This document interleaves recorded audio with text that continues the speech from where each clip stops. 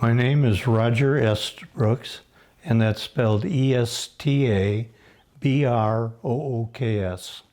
Gotcha. And so, Roger, I want you to tell me a little bit about when you were born. So obviously you don't remember everything about it, but what year were you born and where were you born?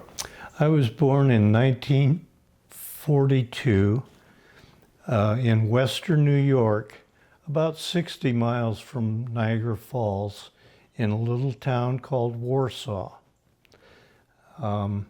Since that was about the start of World War II when I was born, my father was in the Army Air Corps. And so we moved almost when I was an infant to San Antonio, Texas. We lived in San Antonio. We lived in another town in Texas, San Angelo, I believe was the name of it.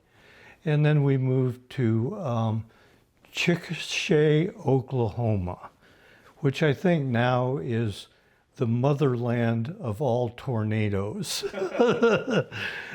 And you know, after the war, my father was discharged from the Army Air Corps, and we moved back to New York, and we were there until 1948. And my dad had built custom cars, and he had a body shop in New York, which he was a very skilled person. And at that time, this was 1948, hot rodding in Southern California was really big, and it was just catching on, and there were a lot of custom cars. And so my father and mother sold everything they had in New York, the business, the homes, everything, moved to California. They had one friend that had been in the Air Corps with my father. That's all they knew in California. Went out there and in a trailer, bought a trailer that was, you know, not nearly, well, maybe it was about the size of Mike's travel trailer that we lived in. And so that was the early part of my life. Gotcha. So so it sounds like first couple years of your life, you guys are moving around because you're Yes. in the Army. And I guess just kind of go into detail about which town do you remember the most growing up in? Do you remember San Antonio the most, or New York the most, or is it just do you remember that trailer the most? Well, of course, by the time the trailer came, I was 6 to 8 years old. Oh, okay, so you're a little bit older. I was older. I remember being in Texas when I was, I want to say, about 2 to 3 years old. And I'd gone to the store with my father, and I remember it just being so bright and so hot there, and no trees. And he had bought me a Coke, and an old 6.5 ounce Coke in a Coca-Cola bottle. And we were walking back to the house we'd rented in that area, and I was trying to keep up with him. He was a 6 foot tall man and had a pretty good stride compared to a 3-year-old, And I was trying to keep up, and I stubbed my toe on a crack in the sidewalk and fell, and the Coke bottle hit the ground before I did, broke, and I cut my left cheek wide open. Wow. And I remember my father got me back to the house, and my mother panicked. She thought that maybe it put my eye out because there was so much blood. And then being taken to the hospital and stitched up. And coming back, and my folks had friends over, and I was hiding by the refrigerator because I was so embarrassed. So, So would you say after that day you became a Pepsi fan, or did you stick with Coca-Cola for the rest? well, you know, I think I'm pretty much a Coke fan, but I will drink Pepsi when there's no Coca-Cola. Good to know. Good to know. How old did you say you were around that time? I was between 2 and 3 years old, I think. Wow. So would you think that's your earliest memory, probably? That's probably my earliest memory, was that being in Texas, and it's I just remember that it was so bright and so hot in Texas, and I was little, and you know, like I said, my father was in the Air Corps, and he built model airplanes, and I can remember him building a model airplane back then, you know, when I was less than 5, I know, because by the time we got back to New York, I started kindergarten in New York, and it was a little town where, you know, even as a kindergarten person, I could walk to and from school and not have my mother be afraid of me Right. journeying out like that. And talking about your mother, tell me a little bit about her, and then also you mentioned, you know, being able to just walk to and from school from your house. Tell me a little bit about, maybe in today's lens of what, you know, our society in America today, but like how things have changed. Like, what do you remember that was like different about like just how the world was when you were a little kid? Well, when I was a little kid in this town, I can remember that we lived in a home that was on a small street, and it backed up to the woods. And so as a kid, when I was 5 and 6 years old, my friend and I would wander into the woods, and that's when I first learned how to smoke a cigarette. We had stolen some cigarettes from my mother and went to the woods to smoke them. And of course, we didn't know how to light a cigarette or how to puff on it to make it go, but that was our experience at that time, being a 5-year-old or a 6-year-old. So That sounds like quite the adventure. So, would you say overall? I mean, just I've seen. You know, I was born in 1995, so I mean, you see shows where it's like the 40s or the 60s or even up to the 70s and 80s, where people just smoked all the time. yes. Is that pretty? Oh yes, I remember from being just barely in school that my mother and father smoked all the time, and you know, they were 2-pack a day people for most of their life, and unfortunately, my father got lung cancer and died at a fairly early age because of it. Wow. So. And when it comes to like the cigarettes, I mean, I guess it might be on a lighter note. It's just, wasn't there like a brand loyalty? Like if you smoked, you know, certain Marlboros, you smoked Marlboros for your entire life, or was that how your parents were? Or? Chesterfield. See, I still even remember the name, and I don't think I've seen a Chesterfield probably since I left home when I was 21 years old. Married Heather's mother. Gotcha. So. Wow. And so was the Chesterfield what you, like your mother's cigarettes that you? My mother and father both. So the first cigarette you had was a Chesterfield? Well, you mean when I was 5 years old? When you were like, you're going out to the woods? Yeah, when I did that. And that's the last time I smoked. Gotcha. So you smoked one cigarette at 5 years old and you were done? Well, we never got them lit. Oh, I see. So you never smoked them? You just had a cigarette, didn't you? We just had it. Gotcha. That's So. Okay. Well, hey, it's retired early. Okay, so tell me, moving on from just, tell me a little bit about your mother, if that's okay. Like, tell me, like, was she a house? My mother was a typical 1940s, if you will, 40s, 50s, household mother, never worked.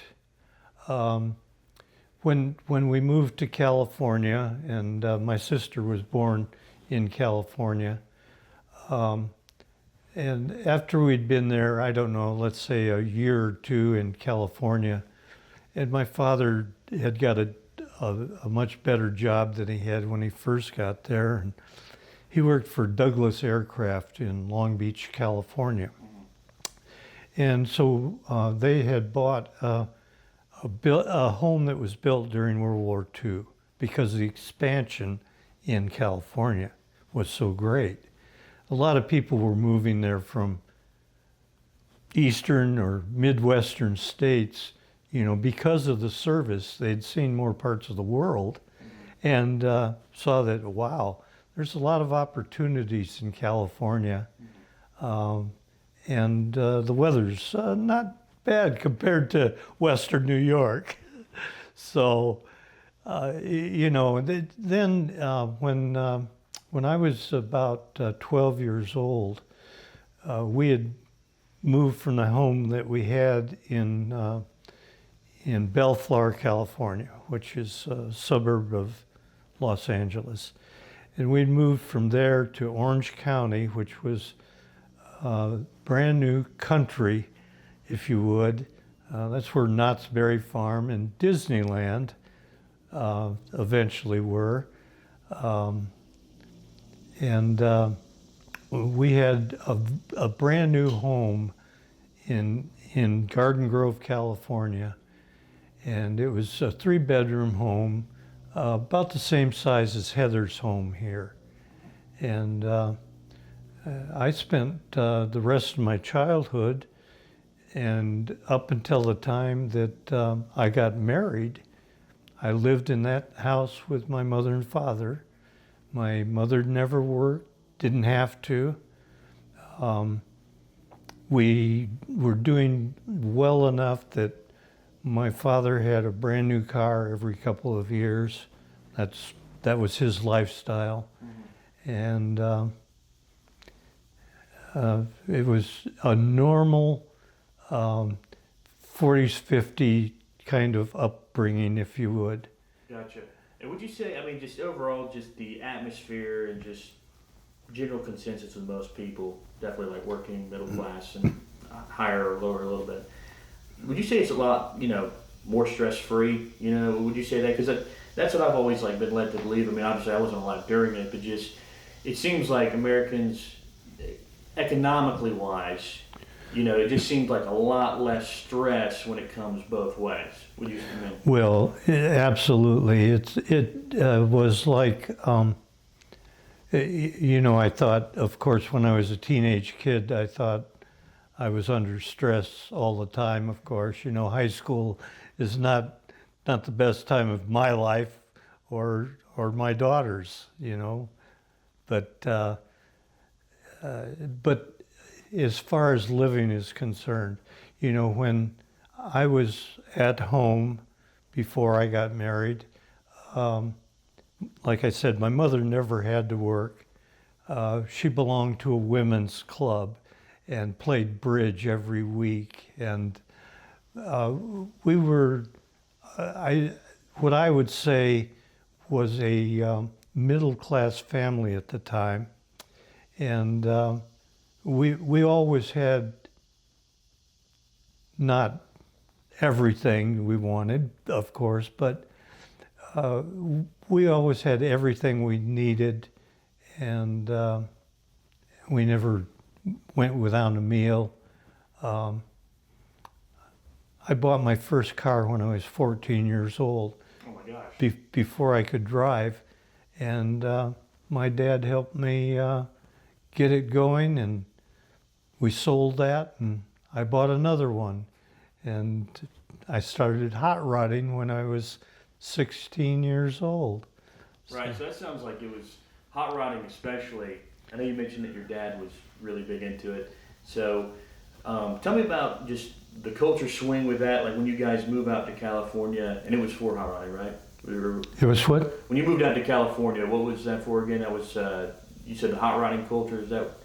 Oh, what had happened in California because of the Second World War a lot was right after the war, a lot of younger adults, if you will, that came out of the Army and so forth, especially in California, got into the culture, which at that time started out to be lakes racing. There were dry lakes in California, similar to Bonneville in Utah. And so it was a whole culture that started because of that war and the lakes that were there within 100 miles of Los Angeles, where they could run these cars for great distances at speeds of, at that time, close to 200 miles an hour, which was a big deal. And from that culture, street racing became very big in California. And so drag racing started, and it started in Santa Ana, California, which is in Orange County, just outside of Los Angeles.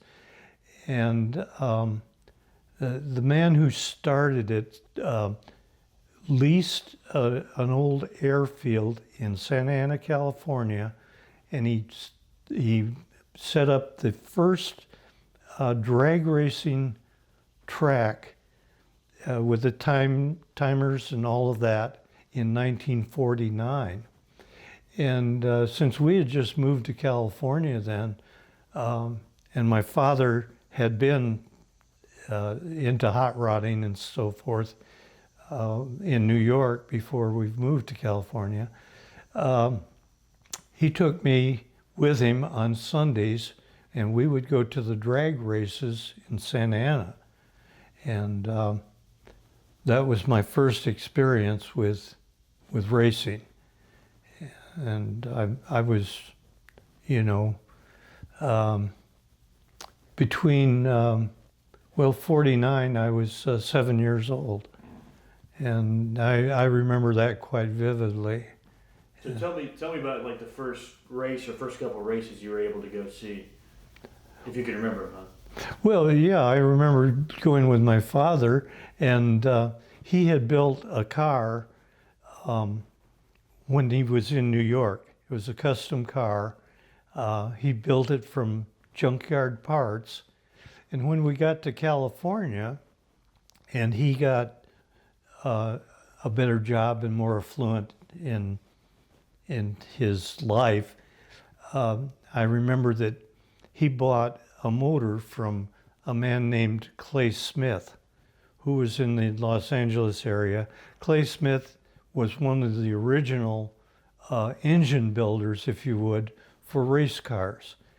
And so my father had this race car engine in our only street car at the time.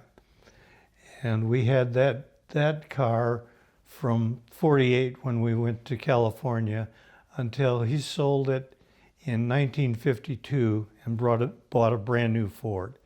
So that was kind of the history of that. And so when we were in California at that time, in Long Beach, there's Signal Hill was an area in Long Beach where it was a hill that pops up out of the flat plains in that area. And it's just a big hill. It's several hundred feet tall, right in the middle of Long Beach. And that's where all the oil derricks were at the time. And there was a street that went up, Hill Street, went up the side of this hill in that area. And on Sundays, they would have hill racing with all the street rodders. And my father took me to that with him when he had this car in the late 40s with the race car motor in it. Gotcha. And so Was he working like a normal job and then doing that as a hobby, or was it like that became kind of his main thing? Or No, by this time, when he was in New York, he built, or he had a body shop where he, oh uh, like a collision shop now. And so that was his job, but, and owned his own business. But then when we were in California, he, through a friend, had managed to get a job at Douglas Aircraft. And he worked as an assembly person to start with. And then he got into, because he had been to college while he was in the Air Force and had some education and some skills. And he knew drafting and some basic design things. So in Douglas, he started out, after he was as an assembly worker, he became a tool and die designer. And so for the first years of my life in California, that's what he did, was tool and die design, and which was a pretty damn good job. So that's good. So tell me, let's move ahead a little bit. So tell me about you, coming into, teenage years, and you said you left at 21. I left. I lived at home until I was 21. Right. When I got out of school, well, I got out of high school. I went to college for a little while.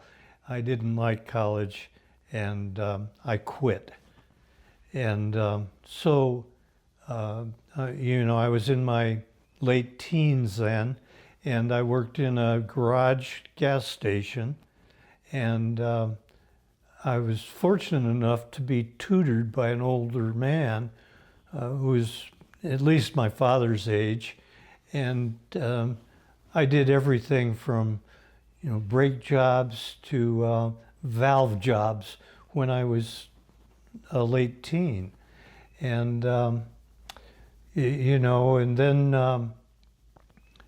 I kept that job while I was in high school and after I quit college, and I worked full time at that, and until I was I guess I was 21, and I was dating the daughter of friends of my mother and father's, and I fell in love with her, and we decided to get married, and my dad was still working at Douglas Aircraft, and he had been out of the tool and die portion of it, but knew everyone in that division, and got me a job as a trainee.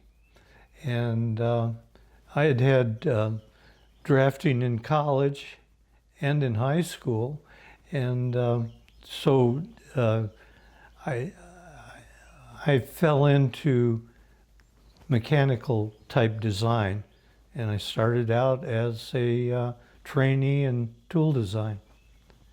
And how old were you around that time? 21. So 21, you ended up working for Douglas Aircraft, that's what you're saying? Yeah. Gotcha. And then, what age were you when you got married? 21. 21. So 21's a big year for you. It was a big year. Big year. So 21, would have been what? You were born in you said 42?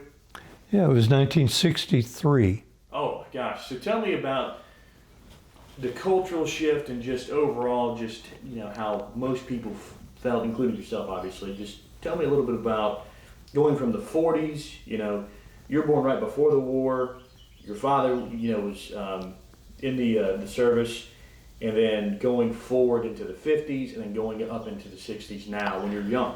Well, yeah, and it was a wonderful time because here we are, we're in California where it's good weather year-round. We're in Southern California. We're just a few miles from the beach.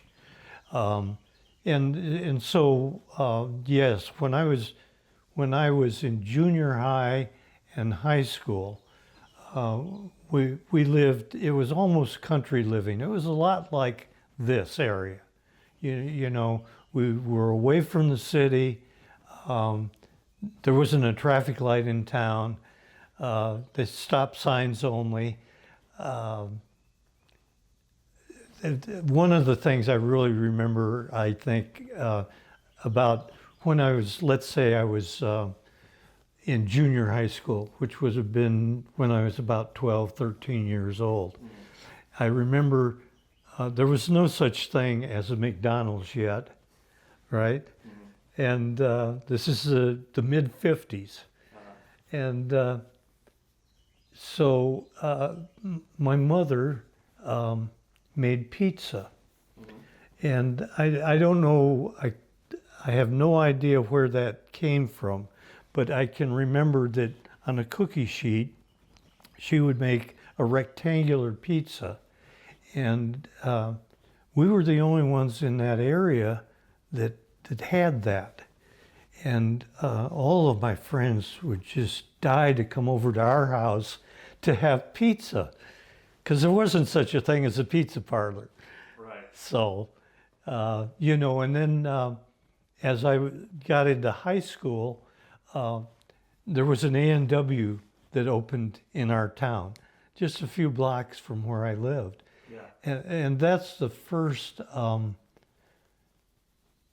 time that I remember of having, you know, like a fast food, if you would. Right. But we would go to A&W, which had glass mugs only that were frosty cold, and the small A&W root beer was 5 cents.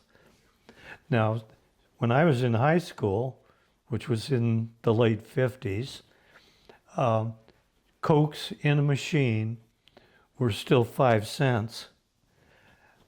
But if you took the bottle, because all of it was just bottles and no cans, but if you took the bottle from wherever you'd bought the Coke, well, there was a 2-cent deposit on the bottle, but the Coke was only 5 cents. Nice. So if you just got one Coke, you could just cycle through with like giving the bottle back and then getting a new one, and it only really cost 3 cents at that point. No, 5. Well, it's 5, but you get the 2 cents back for the bottle, right? No, that's the 2 cents for the bottle was above the 5. Oh, I see. You just bought the Coke from a machine, let's say, at the gas station. Every gas station had a Coke machine, right? You put a nickel in it, you push the lever, you pull the Coke out. Okay? Now, if you were going to go, we were in our hot rods, let's say, so we were going to take the bottles and go. We would, you'd open the Coke machine, of course, had an opener on the front. And I'll never forget those, because you know, that was quite the thing. But you left the 2 cents with the attendant there. Okay, the 2 cents had to be above the price of the Coke. Oh, I see. So. Gotcha. And so, Disneyland, when that came on the scene, were you still a kid, or were you? Oh yeah, Disneyland came in 1955. Okay, Knott's Berry Farm had already been there, and the Knott's family, like I started to say, had come cross country in a covered wagon, which was back in the 1800s. I can't remember the exact year or anything, but they started a berry farm in, I believe the town at that time was Buena Park, California. It was in Orange County. Orange County was a large county near Los Angeles. It was adjacent to Los Angeles County, and it had been where some of the major Spanish land grants were.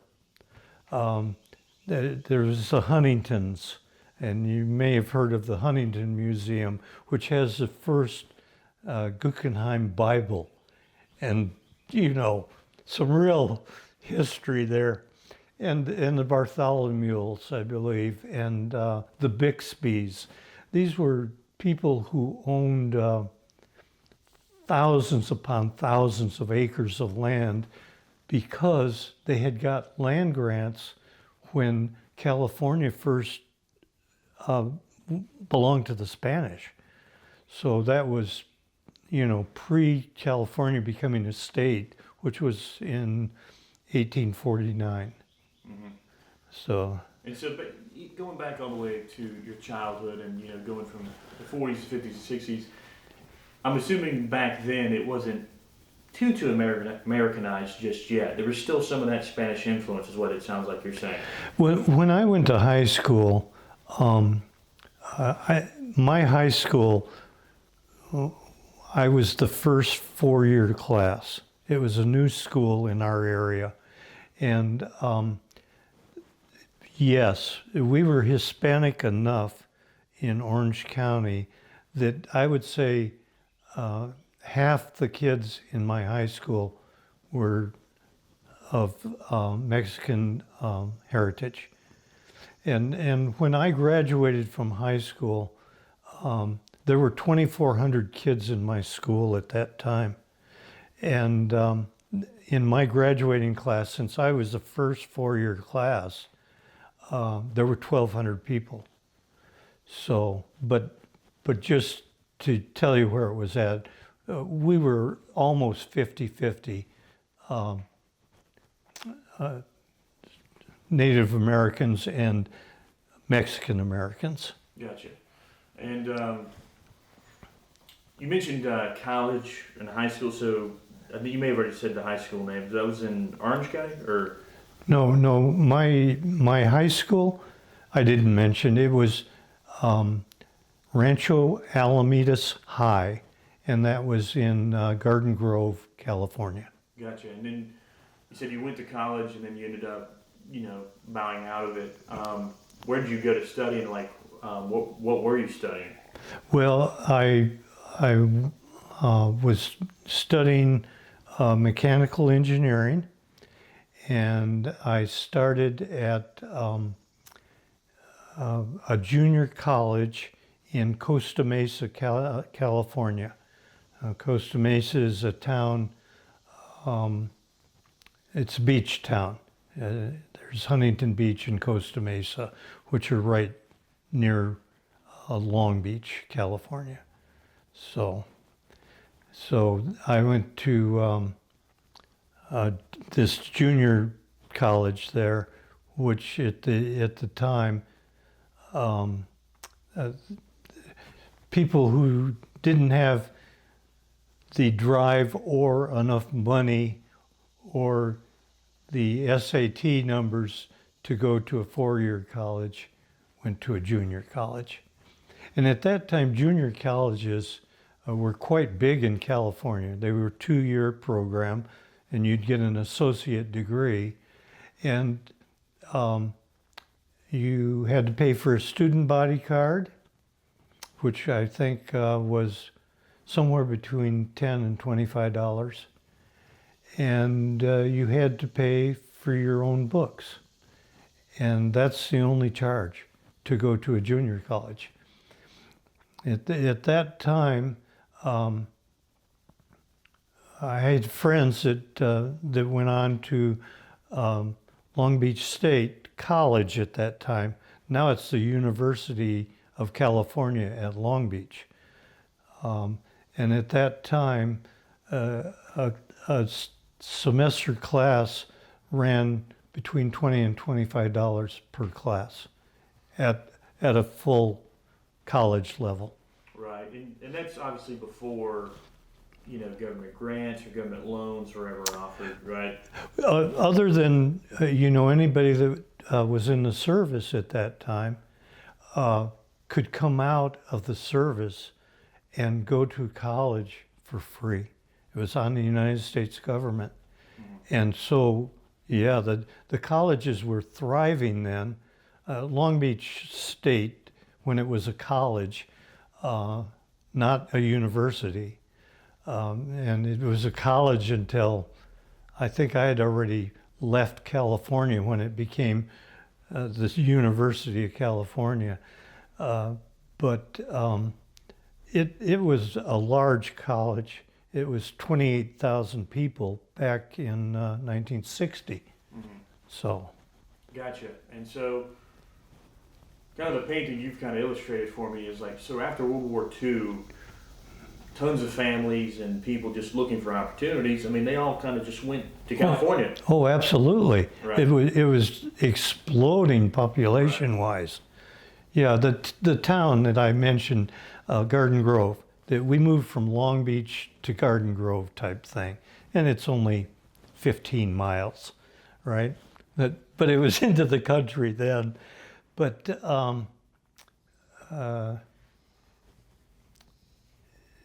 it was so country-like I had mentioned. It was more like this, but the town that we moved to, Garden Grove, when we moved there was 3,600 people. Garden Grove, when I was married and I lived adjacent to it. I lived in a town called Westminster, and that's where Heather was born, in Garden Grove at the hospital there, but we lived in the town next to it. By that time, she was born in 1966. By the time she was born, Garden Grove had grown from 3,600 people to 125,000 people. So wow. That just shows you, in the time, and like I mentioned before, Knott's Berry Farm, it was a berry farm, and it was out in the country then. It was between the house that we lived in Garden Grove and where we had lived in Long Beach area. And like I said, the Knott's family had come there in a covered wagon. They started this berry farm, and it did quite well. And they started, they had a chicken farm on the land with it, and they started, they brought old buildings from the gold rush times in California onto this property. They moved them from these gold rush towns they were called ghost towns then because they had just disappeared. And so the Knott's family started moving these buildings onto their property and to build up their berry business. So people would stop when they were out on the road on Sundays to buy berries, and they would go through this little village that the Knott's family had built from these resurrected buildings they'd brought in. And it started growing and growing and growing. And after quite a few years, when it was first there, you could go through the whole village, if you will, that they had, and it was all free. And so people who were out for a Sunday drive, they'd take their children, they'd go there. Since they had the chicken farm, they had this chicken and waffle house, if you will. And so they sold chicken dinners on Sundays. Nice. So. Gotcha. It sounds like you went there a lot when you were a kid. Well, I never had dinner there. Oh, I gotcha. Because my grandmother lived on a chicken farm too, and God, she could ruin a chicken. So it was years before I could eat a chicken again. Fair enough. So tell me, we kind of going back to where we left off. You're 21. You get married. You start, your job, and then you mentioned Heather being born, your daughter. So tell me, how old were you when Heather was born? Then that was your first child? No, Heather has a sister that's older. Heather's sister was born in '64, and she was a preemie. She only weighed 3 pounds, 1/2 ounce when she was born. She was in a hospital. At that time, she had to be in an incubator until she reached 5 pounds. And that took 2 months after she was born. So my wife at the time, Lorraine, and I would go to the hospital every day so that my wife could feed the baby and get accustomed to caring for the baby, even though we couldn't bring it home. Right. So Heather's older sister, who was 18 months older than Heather, and the 2 months stay in the hospital, I have to tell you this to show you how things have changed in our culture now. Our family doctor didn't make it in time to deliver Heather's older sister, so her mother delivered it herself, but at the hospital. And so since she was a preemie, we had our family doctor, and we had a pediatrician who came and checked on the baby every day for the 2 months that she was there. The hospital bill and our doctor bills, both, for both our primary physician and the pediatrician, and the hospital bill for 2 months came to $5,800. Wow, for 2 months. And I was working at Douglas Aircraft, and I had to pay nothing. Everything was paid for by the company. Wow, golly. So just to show you the difference in cultures. And that's what, 60, you said 4? 64. 64. Yep. And so you, in 64, you're a father for the first time. And so that was what, you're 22? Or sorry, 20? Yeah, I was 22 when Gotcha. my first daughter was born. Wow. And I had just, I had gone from, I was in, like I said, I was a trainee in tool design, and I'd been there for 11 months, and I got laid off. Oh no. And my wife is pregnant, and I got laid off on a Friday. I found another job on a Saturday. I went to the other job on Monday. It was a temporary job, but I was doing drafting, and I was going to make as much money as I made at my real job. And on Monday night, Douglas called me back to work to come to engineering. So I was transferring from, I lost a job in tool design. I came back in engineering as a draftsman, and you know, thank God I wasn't out of work at all. Never missed a day. But then I worked my way up through drafting, and Douglas had a program at the time, and I got into that. And what it was an 8-year apprenticeship to become a mechanical engineer. So I worked at Douglas up through all of the drafting grades, a C draftsman, a B draftsman, an A draftsman. And what's the difference between those? Is it just It's a skill level within that field. So I started out as in tool design as a trainee, which is the lowest grade. Then when I went to engineering, I started as a C, which would be above the trainee, and I worked my way up to an A. And I was in the A classification until I had been there for the 8-year apprenticeship.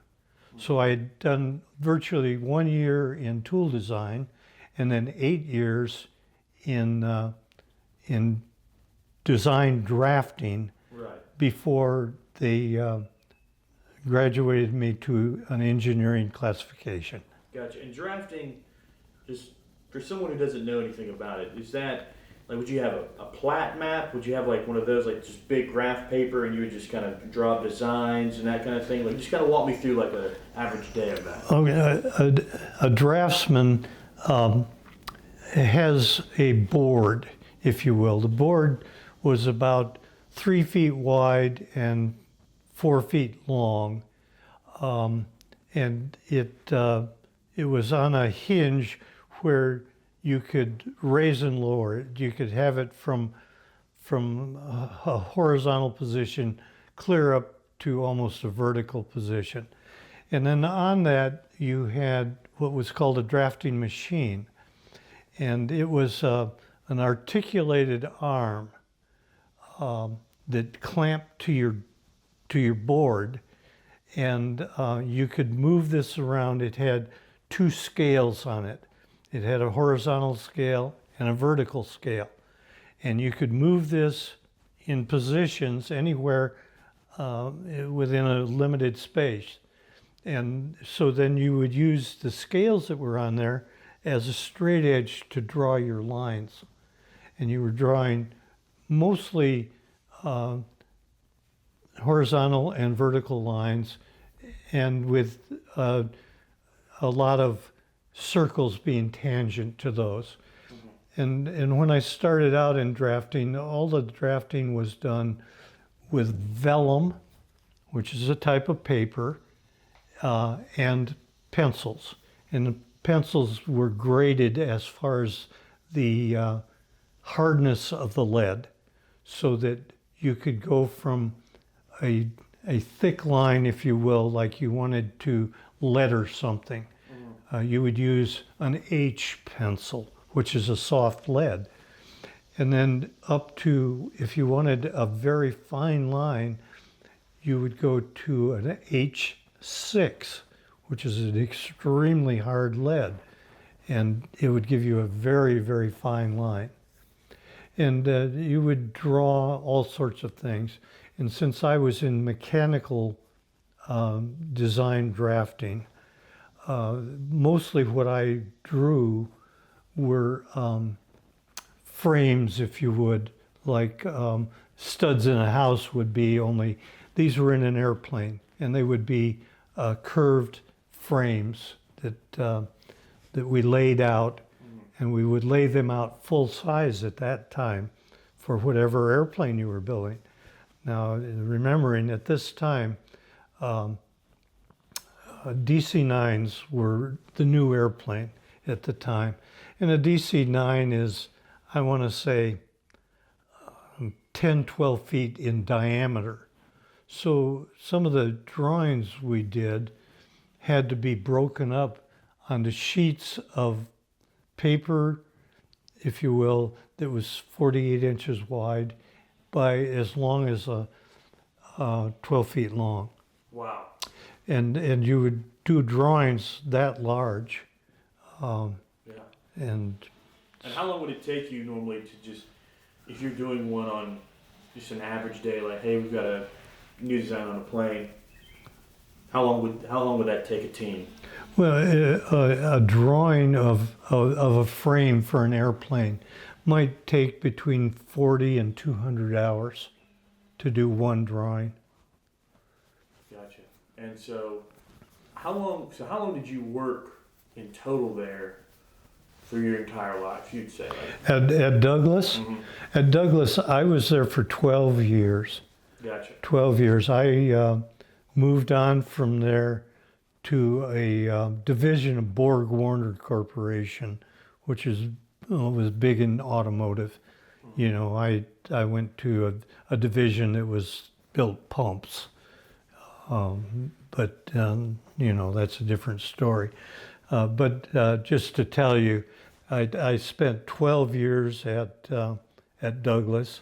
I went through tool design, drafting, mechanical engineering.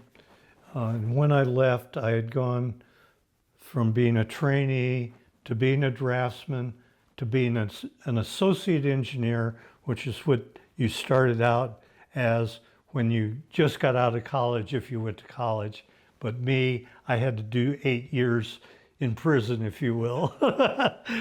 And then I went on to become a principal engineer, which was about a middle grade of being an engineer.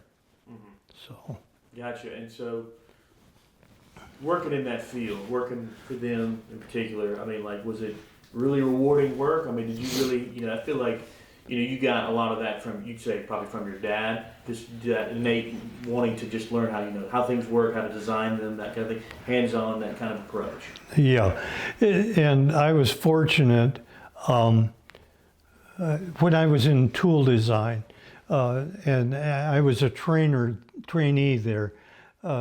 They wanted me to understand what it took to take what I had drawn up as a tool and give it to someone in the shop to build that tool. So at that time, I would draw something, a simple design, maybe a fixture to hold a part to be machined. And then I would have to go to the shop and be with whatever machinist was there that had to build the tool that I had designed. So it gave you the experience of putting something on paper like an architect would, drawing a house or whatever, and then seeing it built by a carpenter, if you would. So you got to see it all the way through. I got to see it all the way through. And so, that from Douglas gave me a great background as far as being able to deal with people in a shop atmosphere that had to make what I had designed or whatever. Gotcha. And we talked a little bit about your, so most of your 20s was spent at Douglas, right? Does that sound right? Yes. Okay. Yes. And so we mentioned your first child being born, and then Heather was born 18 months later. And then, did you have any other kids? No, I had 2 girls. Gotcha. And so once you had Heather and your other daughter, you said Lisa. Lisa, okay. Tell me about just, family life in your 20s, in the 1960s in the California. Tell me about what that's like. Well, okay, here I am. I'm working at Douglas Aircraft. I bought my first home just after my oldest daughter, Lisa, was born. And I paid $18,500 for that house. Was it like 3-bedroom, 2 bath? It was 3-bedroom, 2-bath, on probably a lot that was let's say maybe a quarter to a third of an acre. Okay, in a tract home like Heather's house here, and I stayed in that home until after Heather was born. I was doing a lot better in my job, just like my father had at Douglas. I'd gotten better and better at what I was doing and how much money I was making. And, I can remember telling my wife at that time, Lou Ray, that, my God, I make a lot of money now. When I make $10,000 a year, we're going to be rich. And that's how much difference there was. You know, my house payment on my first home, including the what do you call it? Interest. Well, interest and your taxes and all of that. The whole 9 yards came to $136 a month. Okay. Wow. Yeah, but you know, and to show you how it was, as the girls got older, and you know, I'd got to a point. I had left Douglas and gone to work for this division of Borg Warner, and I'd gone there as the supervisor over the design group. So I wasn't doing all that much drafting myself anymore. I was always at least of a supervisory level where I had people working for me. Gotcha. So And so during this, I mean, when you move, as you move on to like the next phase of your life, as we're kind of going through it, did you have any hobbies? Like, were you like how your dad was, like working on cars and stuff like that? yeah, I had, well, yes, I worked on cars all the time, and when my girls got to be of a little older age, I went back to having a hot rod like I did when I was younger, before I was married and had kids. So we'd have a family car, and then I'd have something as, if you will, as a toy.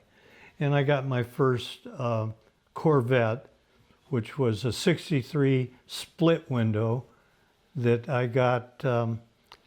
It was in the, I'm trying to think, about 1970 or thereabout that I got my first Corvette, which was a '63 model, and I was hot rodding that, if you will. And from that, you know, I went on. I had several other Corvettes, and in fact, at one time, my first wife and I had the 2 girls and 2 Corvettes. That was our family. So, you know, we were doing quite well, and after that, I decided that I really wanted to get into drag racing. I'd done some drag racing, you know, when I was very young. When I was, say that, do you mean like you're driving, or? I was driving. Oh, wow. You know, I built this '51 Mercury with my father that had a Oldsmobile engine in it, and I drag raced that. When I was still in high school, I started going to the drag strip and drag racing, which is organized and legal, you know, as opposed to street racing. And then, you know, when I got married and had the 2 children, of course, the first few years it was just struggling to get by. And after the girls had got to be older, and my wife and I had moved from one home to another, and we were doing very, very well. I would say we were middle class people at that time. I decided that I wanted a real race car. So I started looking around, and I knew I wanted a dragster. This is a machine built just for racing, nothing else. And what I wanted is called a rail. And a rail is, you know, it's 4 wheels and a tubular frame and a big engine. and that's what I wanted. So I started looking around and figuring out what I could do to get into this, because it was quite expensive at the time. And I, by this time, I knew quite a few people who raced in one form or another, and I went to the drag strip a lot as a spectator, and very interested in the cars. And so after I decided that this is what I wanted to build or be in, I started looking around, and I had a Corvette at the time, which was a hot rod, and another family car. And so I thought, well, maybe I can get rid of the Corvette. And this is my second Corvette by this time, or third. This is my third Corvette. And I'd gone to earlier years. With Corvettes, it's kind of like an antique thing. You know, the older one you could get, the better it was, the more expensive it was. And so I had gotten a 56 Corvette, and there weren't very many 56s made. I mean, maybe at the most a couple thousand of them. And so I had done quite a little work on it, and you know, I'd changed most of the engine and the transmission.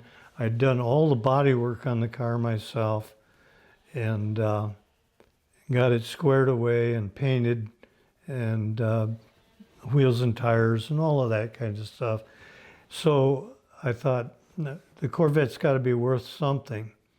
And so I put it up for sale in a hot rodding magazine. And it took quite a while, but I got a guy interested in it, and he was from Nebraska. He was in California at the time, and he had bought pieces to a dragster. Well, what he had was the chassis, if you will, the frame, which was tubular chromoly steel with an aluminum body, a narrow differential for the rear end, and a chrome front axle from drag racing. And this whole setup, that part of it, was made by a guy who specialized in dragsters. His name was Woody Gilmore, and Woody wasn't a racer himself. He liked sailboats, but he built great race cars. So this car was a Woody Gilmore car, which is race car engineering, and I ended up trading my Corvette for the chassis only. Now, there wasn't any wheels or tires, engine, transmission, or anything that came with it, just the chassis. So I got that for my Corvette, and I started building it. You know, it was a hobby, and it was an expensive hobby. And I built, piece by piece, I built an engine for the car. I modified the chassis. The chassis had been made for a Chrysler engine. I built a Chevrolet because Chevrolets were plentiful and cheap compared to Chryslers. And so that's what I had decided to do. So I built a Chevrolet engine. I modified the frame to fit the Chevrolet instead of the Chrysler. And I built the drive line, which was what's called a clutch can, and an open drive shaft and the differential. And so I did all of that and got the engine, got it running, built exhaust for it and everything. And it was, at this time, it was a clutch car, which meant that there was no transmission. It was direct drive only with a clutch. And that you'd have to push start the car. So I used my family car, which at the time was a Pinto, because we went from Corvettes to Pintos so that we could save enough money to build a race car. So we would use the Pinto to push start the race car. We lived in a tract, if you will, of townhouses.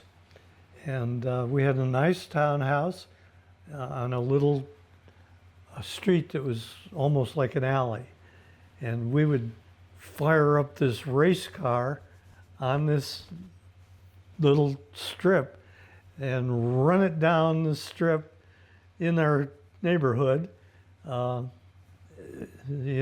totally illegal. And I'm sure the neighbors loved you. they absolutely loved me. Straight exhaust and all. So anyway, make a long story short, the drive line didn't work out. I had to modify it and build a transmission that would work in the car. At that time, the best deal going was to go with an automatic transmission, and you had to greatly modify it. I mean, greatly modify it. Like it went from being 30 inches long to being 20 inches long, and on and on and on. And I went through all of that, which meant that I had to greatly modify the chassis too, because I had to move the engine again. I had to mount the transmission. I had to get a room for a starter. And the starter was so big that it hung outside the frame, and on and on and on. Anyway, make a long story short, I got it running. The guy that I bought the chassis from ended up driving it for me when I first had it running. He'd come from Nebraska. He'd come out. We'd run the car. He'd like vacationing. And we worked on the car to try and get it going better and better and better. And then he and I had a falling out. It just, wasn't working out. He wanted to do things on my car, and I didn't want to do them now. And so I went on to get a professional driver's license. I was fortunate enough that one of the guys I worked with, he was crew chief for a race car that was several classes above me. In drag racing, when you go to get a professional license, you have to do several things. You have to have a physical, which is the same as a pilot has to have. You have to do X number of runs in a race car at different challenges. Like a quarter of a mile race, you weren't allowed to do it first.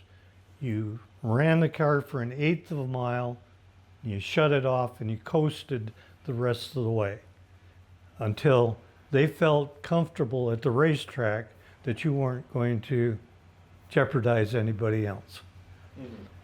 Mm-hmm. And in drag racing, one of the major things is thou shalt never cross over the center line.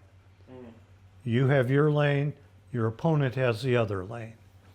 So you go through these stages.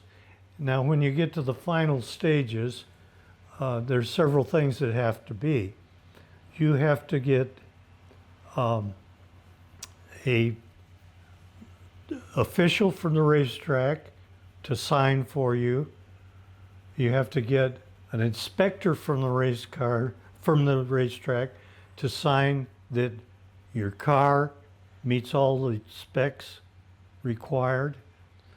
then you have to have 3 drivers of professional classes above yours sign for you for runs. Then your runs have to be within 10% of the class record of the class you're applying for a license in.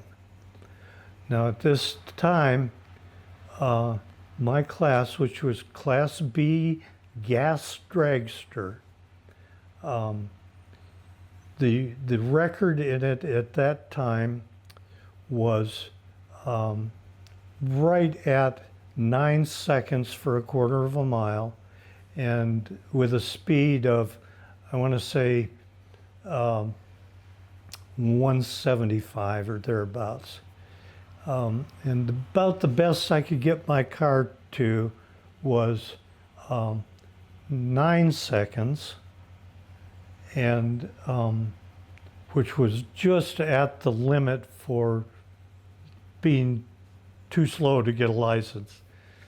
And then my speed was 151. And so I just barely got within the 10% of the class record. So in this class at that time, there were about 200 cars in the United States. Now, a great number of the drivers in those cars never got a professional driver's license because they couldn't get their cars to go within 10% of the record. Mine did. My car ended up being about 4th fastest in that class in the nation. But that's the best I could ever get it to go. So. Gotcha. And so you get the driver's license, and is it just like, okay, now I have a drag car licensed, and that's kind of like where you plateau, or did you like hit a bunch of different races? Like, walk me through that. Well, I at that time there were a couple of racetracks still left in Southern California. There was Long Beach, which was just dying, if you will. It was being done away with. There was Orange County, which was a new track, and there was another one in the valley. So the Orange County was the nearest track to me. So I ran my car for the rest of the time that I had it at Orange County only. And a race car of that class, you could run at this particular track that I was going to, you could run it Wednesday evenings and Saturday afternoon and evening. And with this class of a race car, for any day that you would go out, you would only get to go down the drag strip 4 times in a day. That's all there was time for because there were so many cars there. Mm-hmm. I mean, at the racetrack, there would be hundreds of race cars. Gotcha. And it's kind of like in a way, it's kind of like a golf course, which you just got to play through sometimes. You know? Exactly like that. Okay? Yeah. And if, Saturday's booked up from starting time at dawn to starting time late in the afternoon where you're playing until dark at night, right? Mm-hmm. So same kind of thing. So, and with a race car of this class, what you'd have to do is we'd make the 4 runs twice a week. Okay, I'd work my job on Wednesday. I'd get off, go home. We'd hook the race car trailer to the car. We'd drive about 20 miles to the racetrack. You get the car inspected. It has to be inspected every time you go out there. make sure that everything is, safe, and then you make your 4 runs. And that took from the time I got off work to drive there to time to get home. We didn't get home on Wednesday nights until midnight usually. Mm-hmm. And so then come Thursday, I'd get off work, and Thursday would be tearing the car apart. Because with a dragster of this type, you're going to have to go into the engine every week. Okay? And since I'm trying to race twice a week now, it means tearing the car apart and putting it back together twice a week. And with a race car of this type, since I had quite a background working for an aircraft company and realizing what safety meant, there were a lot of things on the race car that I did like you would do on an airplane. That was all of the bolts that held the engine in the car, held the axles and so forth onto the car, and transmission and all of that. All of those bolts and nuts for me were replaced every week. So it had a lot of replacements in a week. And I'd tear the engine apart. And at first, when I was first running the car, I was new at this class. And since I had friends, thank God, at upper levels from me, my friends were all in the very professional range. They were either top fuel or funny car. Those are the 2 top classes in drag racing. And all of my friends were there. I was down at Class B gas, and they're all fuel. And the difference between gas and fuel is night and day. It's like the difference between a propeller airplane and a jet airplane. So anyway, so I would tear the car apart on Thursday after work all evening long, and go back to work on Friday, come home, reassemble the car Friday night and Saturday morning. Get the car back together and running at my townhouse in time to be out at the racetrack when it opened at noon on Saturday. And then we'd run the car. Since Saturday's a bigger day at the racetrack, it took you longer to get 4 runs in. Usually it would take from noon until well into the evening. Bring the car home, and then Sunday, the car came apart again. Monday and Tuesday, it went back together again to make another run on Wednesday. Wow. So that was my life when I had a professional driver's license. And what years do you think this is, like the mid-60s or? No, this is in the 70s now. Okay. This was, I built the car before my father died. He died in 74. I had the car running before he died, but I had not taken it to the drag strip yet. And then I got my license then, I want to say 75, 76, I ran the car. Gotcha. And I had a license. Gotcha. And how many years did you have this one car? I got rid of it and went to a different race car. I went from the dragster to what's called a pro stock. And this is, pro stock was when I built the dragster, that was the thing to have. By the time I got rid of the dragster, the thing to have was what was called a pro stock. And the biggest thing in pro stock at the time was either a Falcon with a big engine in it, or a Nova, or possibly a Pinto. cars of that size.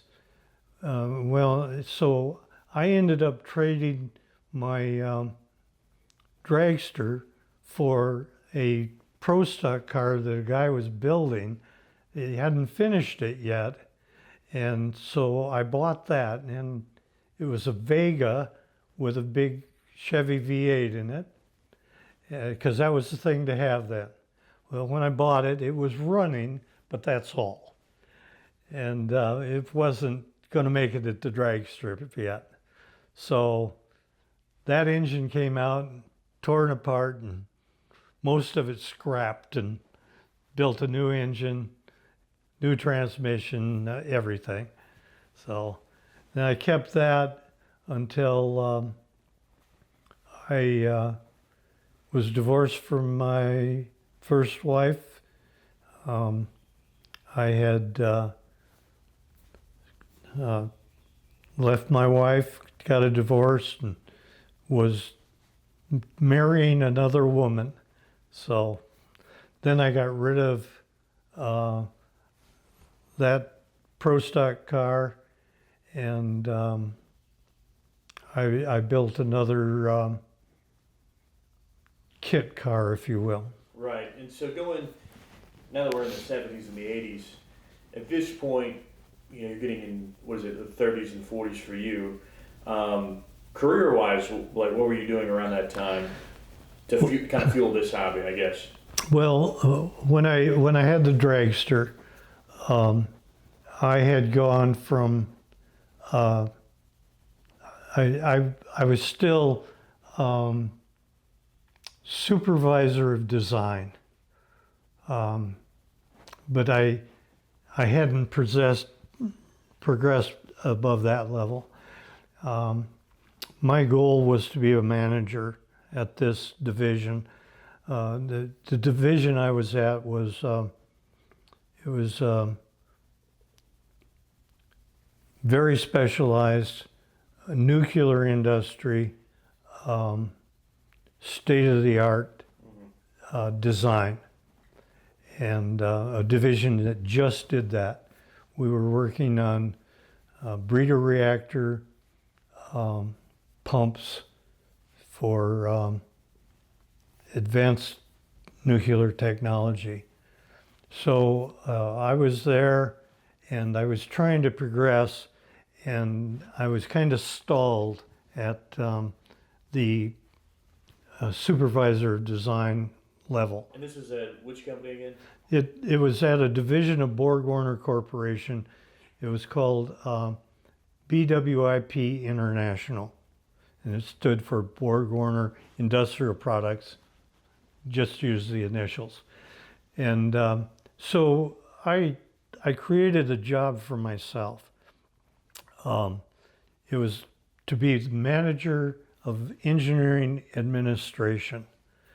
I convinced the general manager of our division that they needed somebody in engineering that took care of everything that the head of design didn't want to take care of, the head of engineering didn't want to take care of, the head of analysis, which in our division was a big deal because everything had to be analyzed for temperatures we were operating at, stresses we were operating at, so on and so forth. So I created this job that was manager of engineering administration. I was in charge of the checkers. That was the people that oversaw the design, made sure the drawings were correct. I was in charge of engineering records, which took care of all of the engineering drawings, and those being in a vault area type thing, controlled, because everything we had was of some security level. And I was in charge of technical writing, and I was in charge of all of our budgeting and financial, where we had to charge. We were a government contract, so we had to be accountable both audit-wise and record-wise and money-wise to the United States government. So I took over all of that because nobody else in engineering wanted to do that, and I wanted to be a manager. And that's how I got to be a manager. Nice. So, Gotcha. And how long did you stay in that position? well, I stayed in that position through the design of our product. Okay? Our product was being built in Los Angeles, and we had another group that was instrumentation and test. Now, the product was being built, and then it was going to be turned over to them at our Los Angeles facility to be tested. It had to be what was called a water test. This particular product, it was a huge pump, and these pumps, in general speaking, pump somewhere between some number of thousand of gallons per minute to 100,000 gallons a minute, which is about 3 good-sized swimming pools in 1 minute, right? Anyway, so the manager of test and instrumentation wasn't doing his job, and they needed somebody who would answer to management, who could manage the project. And so I was relieved of my duties at engineering at our facility. I had to assign that to my underling, who I was mentoring, who was, by the way, more than capable of taking my job from me. And I was sent to Los Angeles for, I think it was a year and a half, to test this product. And so I was in charge of test and instrumentation. I had to learn all about it. I had to manage it, but I had never tested one of these things before. Gotcha. And then going to LA, I mean, when they say you're going to LA, does that mean, all right, you go back home, you're like, all right, kids, pack up your stuff, we're moving to LA, or is that just a commuter's distance? It's a commuter. Gotcha. My children came back to live with me and my new wife when they were just going from middle school to high school. Mm-hmm. And my new wife and I had just bought a home.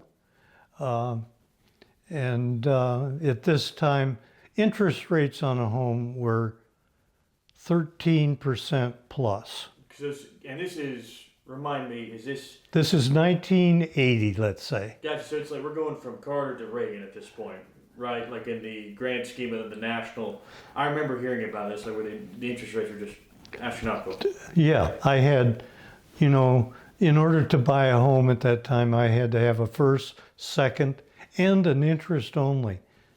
So I had my first and second loans were at 13.5%, and my interest only was a 2-year loan for 18%.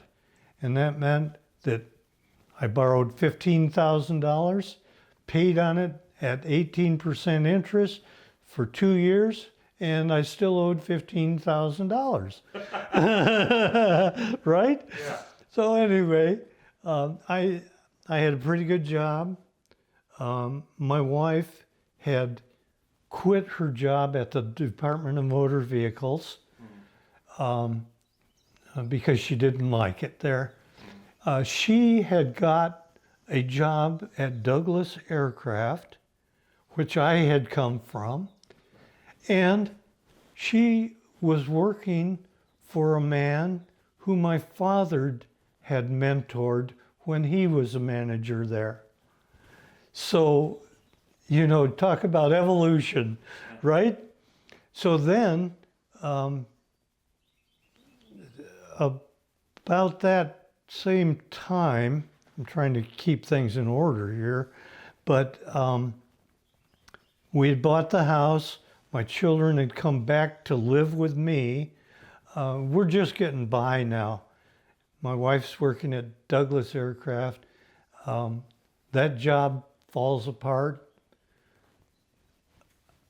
I get her an interview at the company, not the division I'm working at, but at the company I'm working for, BWIP International. I get her an interview with a friend of mine. She gets the job. She goes to work in LA. But we both worked there at little different times.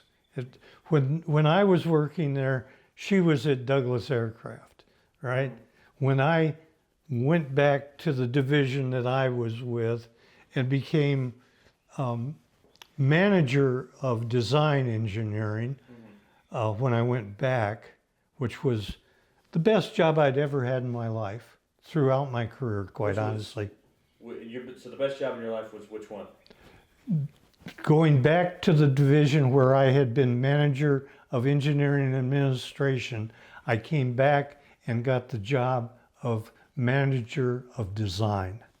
And that's the best one in your opinion? To my eyes, that was the height of my engineering career, if you will. And what made it the best in your opinion? Was it the freedom? Was it the creativity you were able to do? Both of those things. The creativity, I loved it. I had a large scope because when I came back then, the job had changed. Remember I told you before, I could only elevate myself so far in the design group. Now when I came back, the design group had separated. It was a larger entity within engineering. So now the design group had design, engineering checking, engineering records, the budgeting that I talked about earlier, and technical writing. So all of that now fell under me again. And then Jimmy Carter, you might remember him. He was president. We had 3 Mile Island, the accident. And Jimmy Carter went to 3 Mile Island. And when he came out of 3 Mile Island, he said, the nuclear industry has got to change. It's got to be safer than it is. Well, what I was in was advanced breeder reactors. The difference between 3 Mile Island and a breeder reactor is what we're going through with Iran right now. It's the difference between a power plant, which you have here. You've got Georgia Power Plant Hatch.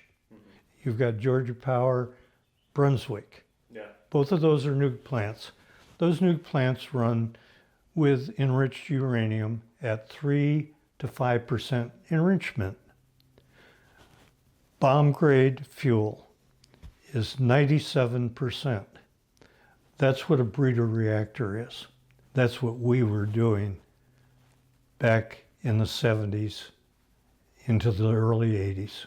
So I was in a breeder reactor division, which meant that we used plutonium for fuel instead of enriched uranium. Now, plutonium is a man-made fuel, a man-made substance. It was created in 1941 for the first time. And it was done in a nuclear reactor. You have to go through a process, and this is what the Iranians have been going through. To enrich uranium, there's two methods of doing it. You can use either a centrifuge, which is spinning. You have to make uranium into a gas. You take it from being a solid to a gas. And when it becomes this gas, to enrich it, you put it either in a centrifuge, which is, a big semicircular track, if you will, racetrack, that's about a half mile to a mile long and a quarter to a half mile wide. And, you're spinning these atoms, if you will, in this thing at unbelievable speeds. And what it does is it takes the uranium and it breaks it into two subparts. Uranium, as we get it from the Earth, comes out with a nuclear element number of U-238. And when you have U-238 for every 130 atoms, let's say, of U-238, you get one atom of U-235. U-235 is what you can use in a reactor to make a chain reaction. So to have enriched fuel, you have to do it through the centrifuge, which is what the Iranians have been doing, or you have to have the only other process is a gaseous diffusion, which is another intricate process where, once again, the uranium has to be turned into a gas. It's sent through a filter, if you will. And through the filters, the smaller particles are U-235, the larger particles are 238.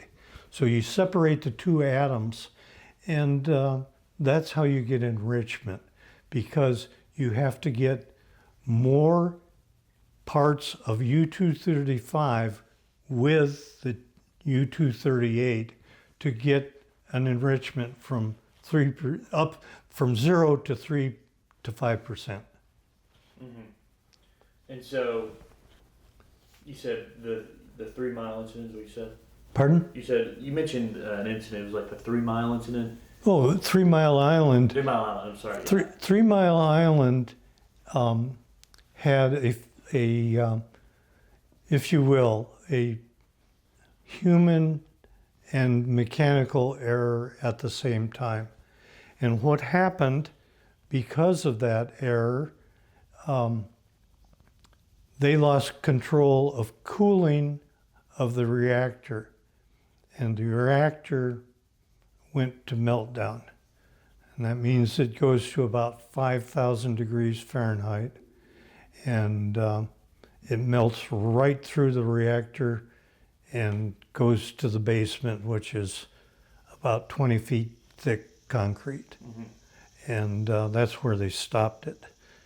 And otherwise, it would have gone to Hiroshima. Yeah. And this is in America. This is in America. See, I've never even heard of this, and I'm 30. This is in, it's right next to the capital of Pennsylvania. Oh, okay. Gotcha. Harrisburg. Gotcha. And so this is all before Chernobyl, and this is, I mean, you tell me, just this is where we as a country took a turn, right? We took a big turn. Gotcha. And tell me a little bit more, give me more details about that. You mentioned Carter. Did he visit you guys? No, he did us by phone. You're fired. Jimmy Carter had been in the nuclear navy under Admiral Rickover, and who is the father of nuclear energy in this country. Rickover was a great man. Anyway, Carter was a young man underneath him, went to Annapolis, and came out as an officer in the nuclear navy. And so he knew about this stuff. So when he became president, wham, we have this accident at 3 Mile Island, and they're thinking they're going to have to evacuate everybody in the Harrisburg area of Pennsylvania because they're releasing radioactive material into the atmosphere. Mm-hmm. Jimmy Carter goes there, actually gets on the site, dressed out in nuke garb himself as president to see firsthand what had happened. And when Jimmy Carter came out of there, he said, these are some of the changes we're going to make in this country. We're going to make them right now. And one of them was the breeder reactor program is too dangerous. It's going away. Now at that time, this is in the early 80s, I think the accident at TMI happened in like 81. Don't quote me on that, please. But then our program was essentially canceled by 84. Gotcha. And so for you, I mean, that's something you worked on for quite a... From 76 to 84. Gotcha. So, in round numbers. Gotcha. So, I mean, Carter makes that, choice. Yeah. And then by the time it phases out in 84, we're under Reagan at that point. Tell me about like what, it just seems like it was a giant shock to your industry. Oh yeah, it was terrible. I mean, and we're talking to our industry, it's small at the time, but it's hundreds of millions of dollars, hundreds of millions. And at that time, the French have already done a breeder. The French are 20 years ahead of us in 1980. 20 years ahead. That's how the kind of catch-up we were trying to do. Right. And when we had the accident, which was the biggest accident in the world at the time, Chernobyl hadn't happened yet. Mm-hmm. It was coming next. Yeah. So, it was 85 or 86. It was just shortly after TMI. Gotcha. And just kind of boil it down to you personally. I mean, like, in your opinion, I mean... I came back. I got the best job I've ever had. Right. Carter's in. We're out. Essentially, we got told, your project's done. Close it out. Okay. The house has been foreclosed on. Get rid of your people. And so since, there's several of us in management, the first thing we do is we start downsizing. And we get down to, we went, I think, when I finally had to leave, it was, we were less than 10% of our total force. Mm-hmm. So tell me, just trajectory-wise, America, if Carter didn't push us down that path and just said, hey, we're cutting it because it's too dangerous, I mean, do you think that's an overreaction? And then secondly, do you think if he didn't, can it, where would we be now?